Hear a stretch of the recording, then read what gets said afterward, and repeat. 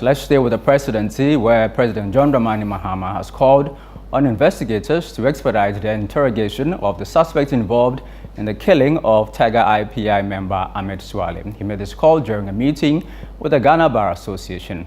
ChannelOne News' presidential correspondent Akosio Chire reports.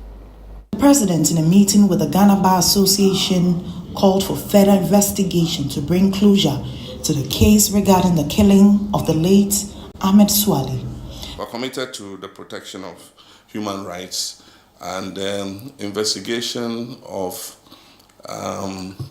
significant killings or murders that have remained uninvestigated. And so I've urged the police and the investigative organizations to look more actively in cases like Ahmed Suale, and that is how come a first suspect has been arrested. We're hoping that his interrogation will lead to further arrests of people.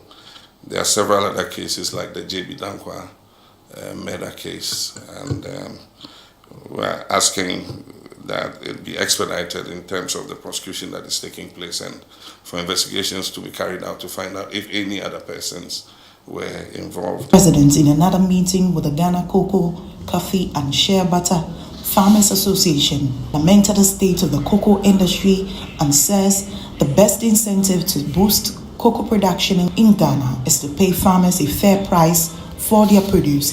He believes this will deter farmers from selling their farmlands to illegal miners. But the best incentive to keep cocoa production up is to pay the farmer a fair price for his cocoa.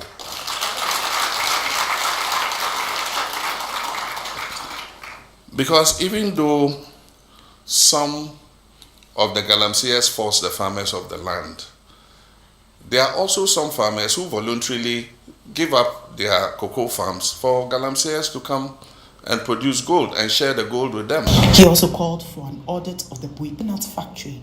He accused the previous administration and management of the $10 million agribusiness facility of squandering capital that was meant to sustain the operations of the factory. Processing, when the change of government happened, new administration, new management was sent to the factory.